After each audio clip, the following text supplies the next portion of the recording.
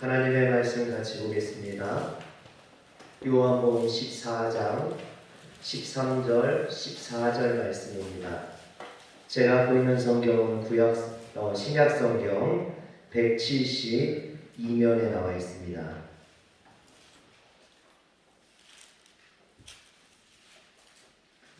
신약 성경 172면 요한복음 14장 13절 14절 말씀입니다. 너희가 내 이름으로 무엇을 구하든지 내가 행하리니 이는 아버지로 하여금 아들로 말미암아 영광을 받으시게 하려 함이라.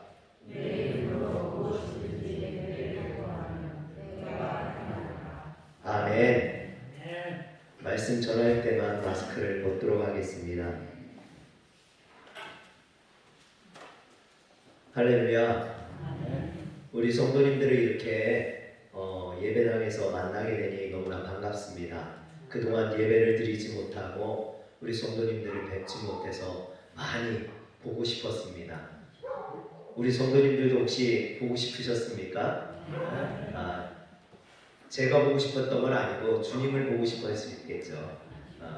성전을 보고 싶고 여러분들에게 다윗과 같이 성전을 사랑하는 마음, 그런 마음이 있는 줄 압니다. 오늘 제목은요, 내 이름으로 기도하면입니다. 어떻게 하다 보니까 요즘 계속 기도 시리즈를 하게 됐어요. 그만큼 제 마음속에 기도에 대한 갈급함, 우리 교회들이 기도하지 못하는 것에 대한 안타까움, 이런 것들이 있습니다. 우리 성도님들의 기도하심으로 하나님의 은혜로 충만해지시길 주의 이름으로 축원합니다.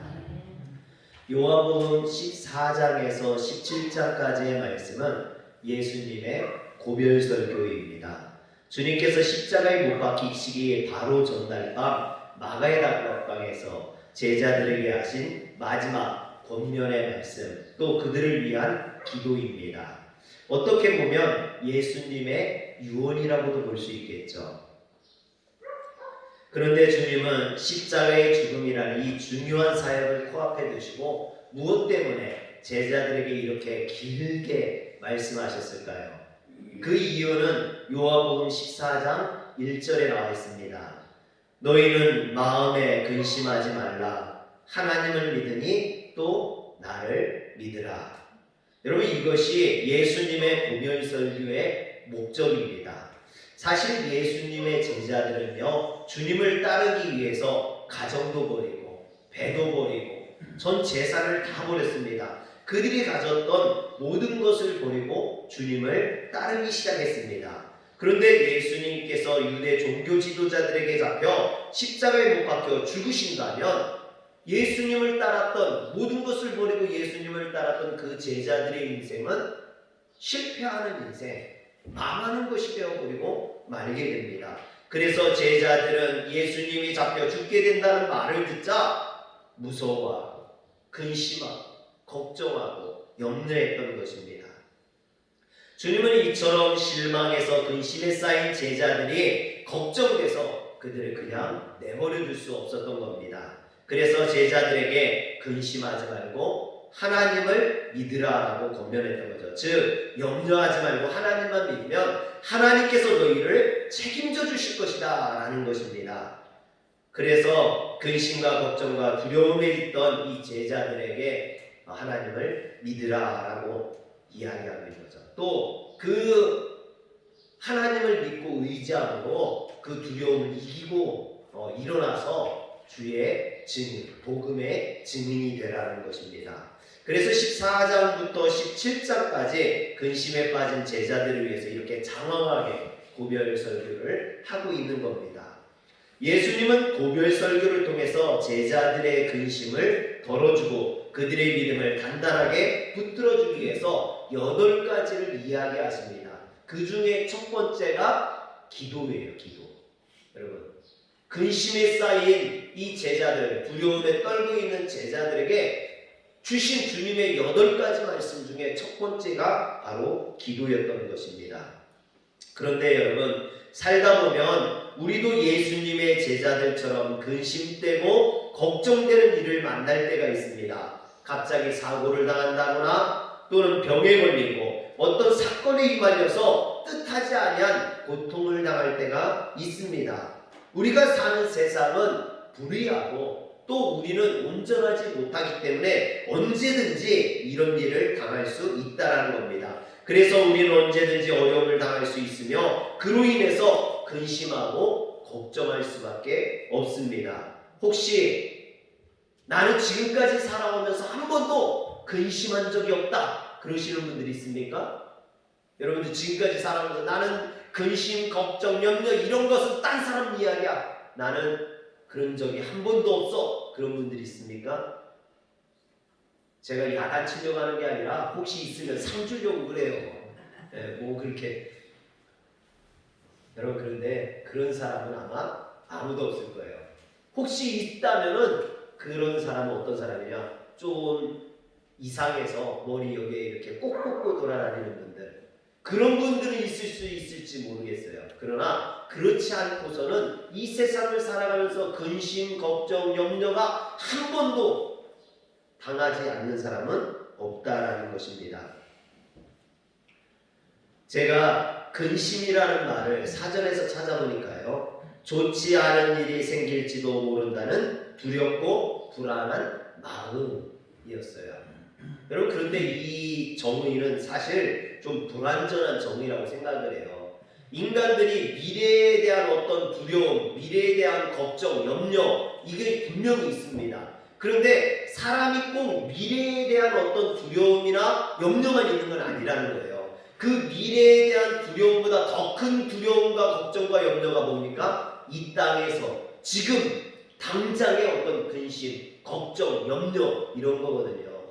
여러분 우리가 당연히 미래에 대한 두려움, 막연한 걱정이 있습니다. 그러나 그것뿐만 아니라 이 땅에서 나가는 지금 당하고 있는 그런 걱정과 염려도 무시 못한다는 거죠. 그런데 이 근심과 걱정이라는 것이 한번 들기 시작하면요 잘 사라지지 않습니다. 아무리 딴 생각을 하고 다른 것에 집중하려고 해도 이 근심과 걱정은 계속해서 생각나고 계속해서 우리를 짓누르고 우리를 힘들게 합니다.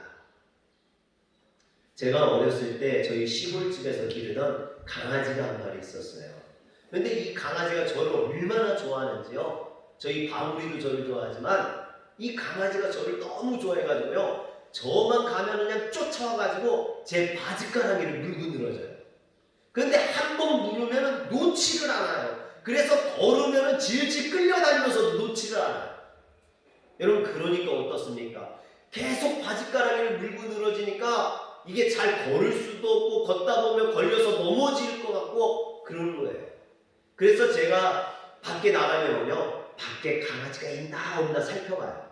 그래서 강아지가 없으면 살금살금 나가요. 그러면요 어떻게 알았는지 그냥 잽싸게 뛰어와가지고 또 바지가랑이를 물고 늘어지는 거예요. 여러분 마치 근심과 걱정이 이 강아지와 같아요.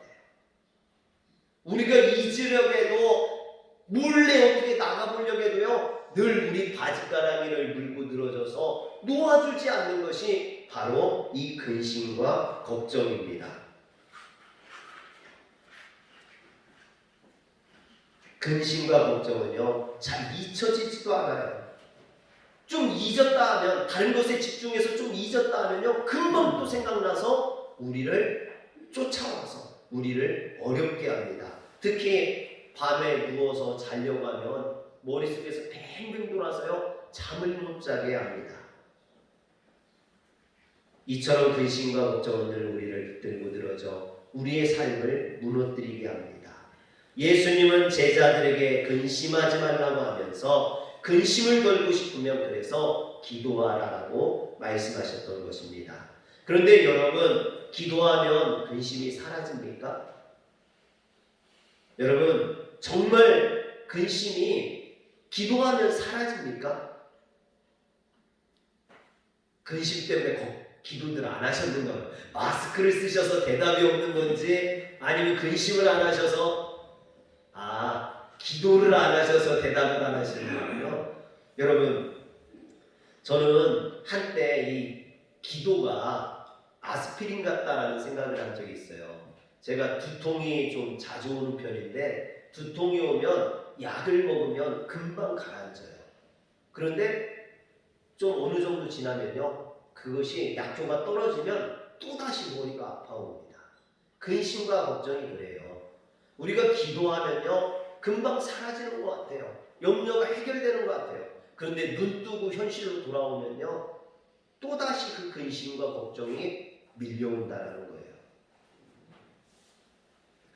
이처럼 근심과 걱정이 끊임없이 우리에게 오는 것은요, 우리의 기도가 능력이 없어서가 아니라 우리의 기도가 온전히 하나님 앞에 의지하지 못하고, 또 이 근심과 걱정이 끈질기게 우리에게 달라붙기 때문입니다.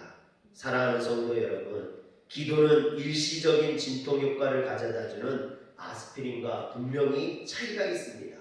그래서 주님은 근심하지 말고 기도하라고 말씀하신 겁니다.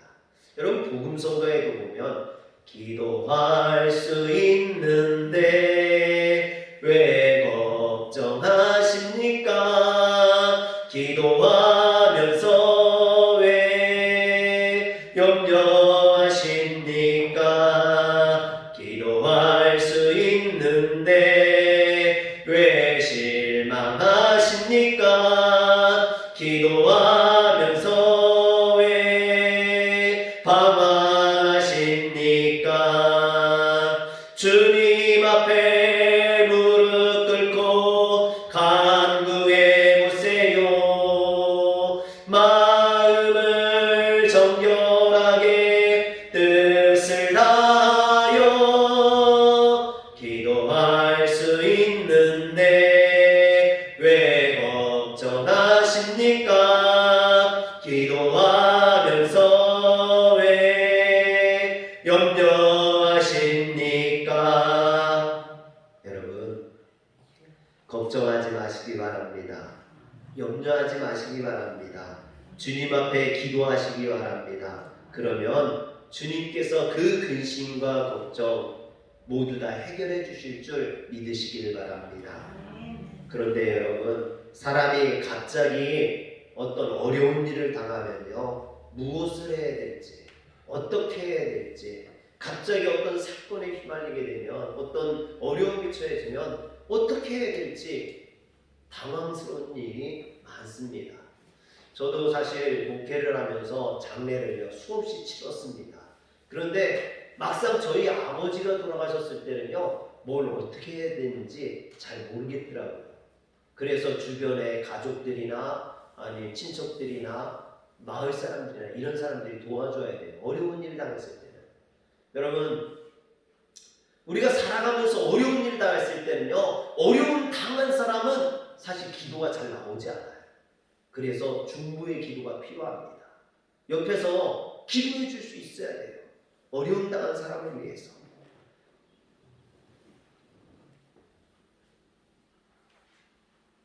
북한에서 40일 동안 억류되었던 김진경 박사가 있습니다. 처음에 북한에 억류되었을 때는 기도조차 나오지 않았다라고 이야기합니다. 내일 생명이 어떻게 될지 모르는 판에 기도가 나오겠습니까? 그래서 이 김진경 박사는요, 아침부터 저녁 때까지 주기도문만 수없이 수백 번을 이렇게 외웠다고 그래요. 그런데 이 주기도문을 그렇게 몇 날 며칠을 외우다 보니까요, 어느 날부터가 자신의 마음이 평안해지는 걸 느꼈다라고 해요. 그래서 그가 간증하기를 주기도문의 능력이 그렇게 대단한 줄 몰랐다 그럽니다. 사랑하는 성도 여러분, 우리는 기도의 능력을 잘 알고 있습니다. 그러므로 갑자기 어려운 일을 만나 어떻게 해야 될지 모를 때 우리는 기도해야만 합니다. 기도할 줄 모른다면요, 주기도문이라도 해야만 합니다. 주님은 우리에게 기도를 가르쳐 주시기 위해 주기도문을 주셨습니다. 그러므로 주기도문은요, 모든 기도의 샘플과 같습니다. 주기도문을 통해서 기도를 배우고 주기도문 형식으로 기도하다 보면 하나님 앞에 아름다운 기도를 할 수 있게 되는 줄 믿으시길 바랍니다. 빌립보서 4장 6절에서 7절에 보면 아무것도 염려하지 말고 오직 모든 일에 기도와 간구로 너희 구할 것을 감사함으로 하나님께 아뢰라. 그리하면 모든 지각에 뛰어난 하나님의 평강이 그리스도 예수 안에서 너희 마음과 생각을 지키시리라. 아멘. 여러분, 바울의 말처럼 염려가 되고 근심이 될 때 모든 간구와 기도로 하나님께 아뢰면 하나님께서 평강으로 인도해 주실 줄 믿으시길 바랍니다. 그러나 기도한다고 금방 환경이 바뀌는 것은 아닙니다. 기도한다고 금방 근심거리가 사라지는 것도 아니에요. 근심과 염려가 그대로 남아 있습니다. 그럼에도 불구하고 기도하면 내 마음속에 하나님이 은혜로 충만케 하시는 줄 믿으시길 바랍니다. 하나님이 주시는 평강이 임하게 됩니다. 평화 평화로다 하늘 위에서 내려오네. 그 사랑이 물결이 영원토록 내 영혼을 덮으소서. 할렐루야. 기도하면 하늘에서 내려오는 하나님의 평화가 내 영혼을 붙잡아 주시는 줄 믿으시길 바랍니다. 주님의 거룩하신 손으로 내 마음을 붙잡아 주십니다. 그리고 그 손에 붙들며 더 기도하다 보면 문제가 해결되고 하나님이 주시는 그 은혜가 우리에게 충만케 될 줄 믿으시길 바랍니다. 그러면 기도가 어떻게 이와 같은 엄청난 능력을 우리에게 가져다 줄까요? 이에 대해 예수님은 세 가지로 이야기합니다. 첫째는요, 예수님의 이름으로 기도하기 때문에 능력이 나타납니다.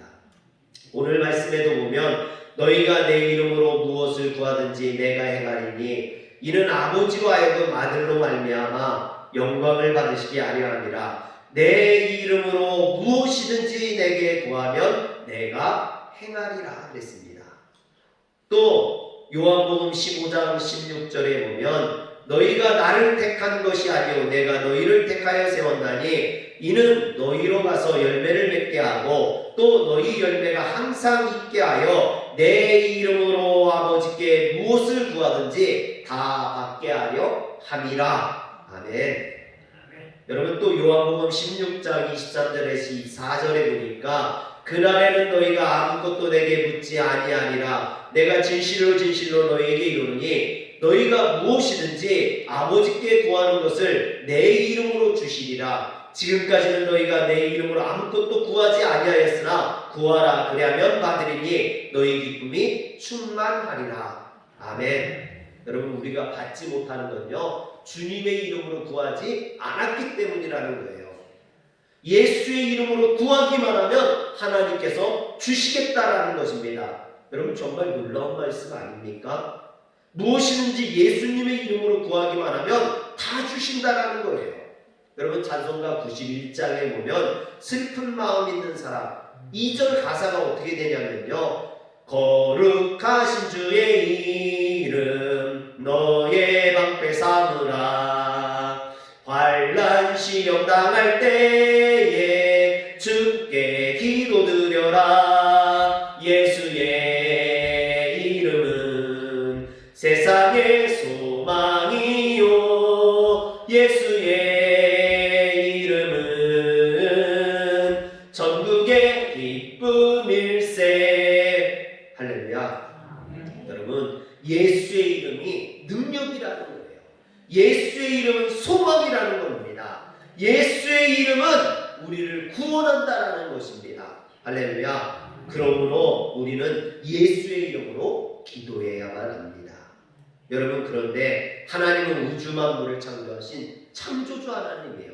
그에 반해서 우리는 그의 피조물에 불과합니다. 창조주와 피조물 사이에는요 그 무엇으로도 넘을 수 없는 큰 죽음의 감이 있습니다. 그래서 죄로 인해 더럽혀진 인간은 거룩하신 하나님 앞에 나아갈 수 없어요.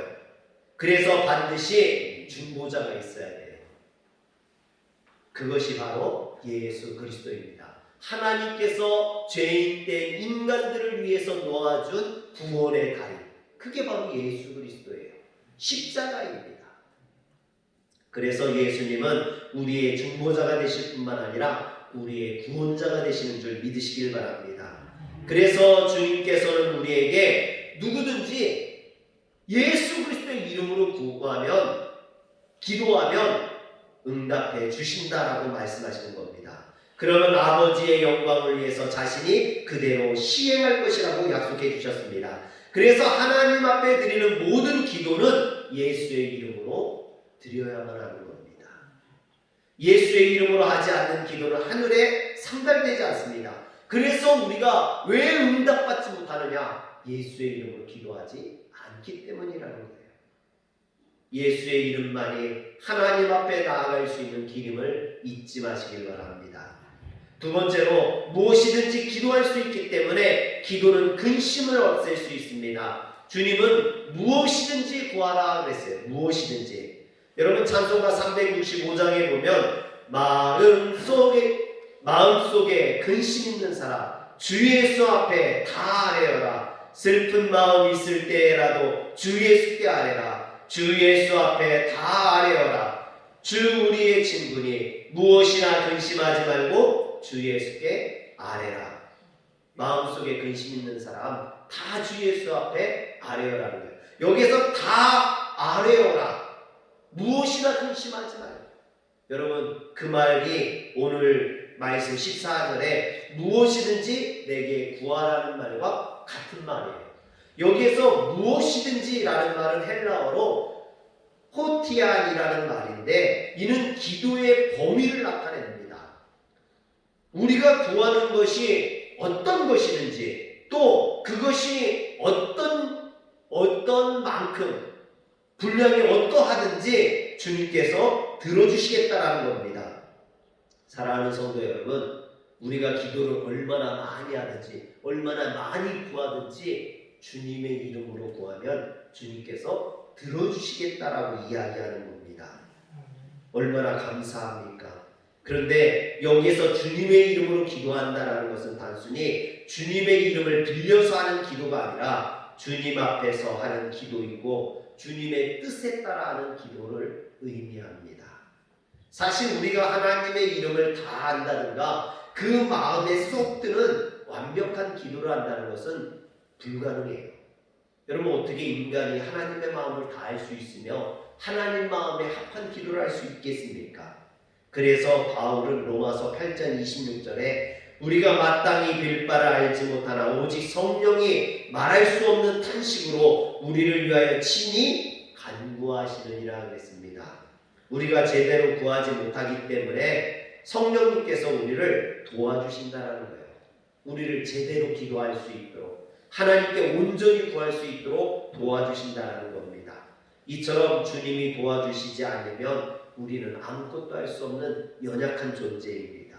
그럼에도 하나님은 우리에게 무엇이든지 구하라. 그러면 응답하겠다 말씀하셨습니다. 약속하신 거예요. 여러분 제롬 스미스라는 사람이 신약과 구약에 나와 있는 그 기도를 다 조사해서 그 목록을 일목요연하게 정리했더니요.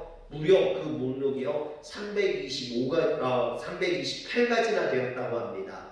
그 안에는 뭐 자기를 죽여달라는 기도도 있고 하나님의 얼굴을 한번 보게 해달라는 기도도 있고 이런 기도가 있는데 하나님께서는 그 모든 기도에 다 응답하셨다라는 거예요. 할렐루야.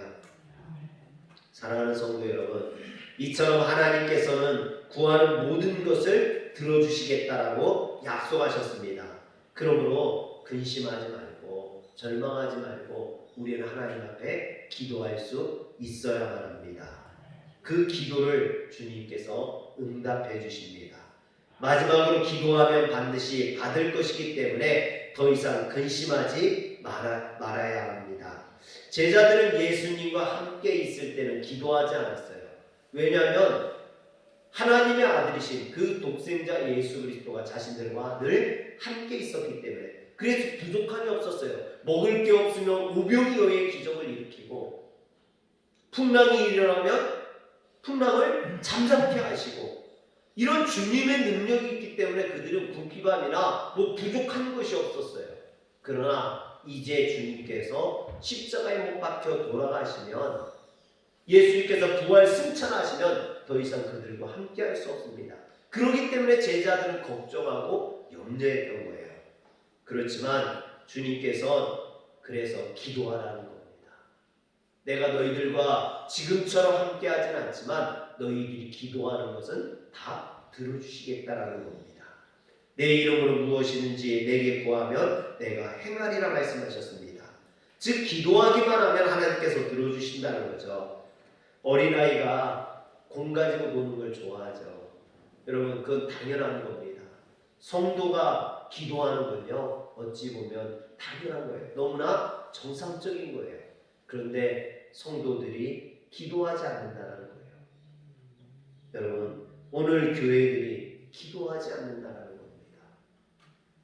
왜 한국교회가 이렇게 어려움을 당합니까? 왜 교회들이 예배도 드리지 못하는 이런 상황에 빠졌습니까? 교회마다 기도의 불이 꺼지고 있기 때문에 그래요. 하나님의 능력을 구하기보다는 내 힘과 내 능력 또는 사람들의 도움을 더 구하기 때문에 그렇습니다. 사랑하는 성도 여러분, 이제 우리는 기도해야 됩니다. 교회가 살 길은 기도밖에 없습니다. 성도가 해야 되는 일은 기도입니다. 그것이 첫 번째예요, 첫 번째. 그래서 예수님은 제자들에게 고별 설교를 하시면서 첫 번째로 기도를 부탁하셨던 겁니다. 여러분, 천지 만물을 창조하신 하나님께서 내 모든 근심과 걱정을 해결해 주신다는데 왜 걱정하고 염려하십니까? 이제 기도하시길 바랍니다. 하나님께서 놀라운 은혜로 여러분들을 축복해 주실 줄 믿으시길 바랍니다. 기도하겠습니다. 전능하신 하나님, 자비하신 하나님, 우리가 기도하게 하여 주시옵소서. 기도의 불이 꺼졌던 교회들이 다시 한번 기도의 불이 불타오르게 하시고 주님 앞에 불을 짓게 하여 주시옵소서. 세상의 어려운 일로 인하여서 세상의 근심과 걱정으로 인하여서 저희들이 무너질 때가 있습니다. 하나님 더 이상 근심하고 걱정하지 않게 하시고 하나님 앞에 기도하는 성도들 되게 하여 주시옵소서. 우리 주 예수님의 이름으로 기도합니다. 아멘.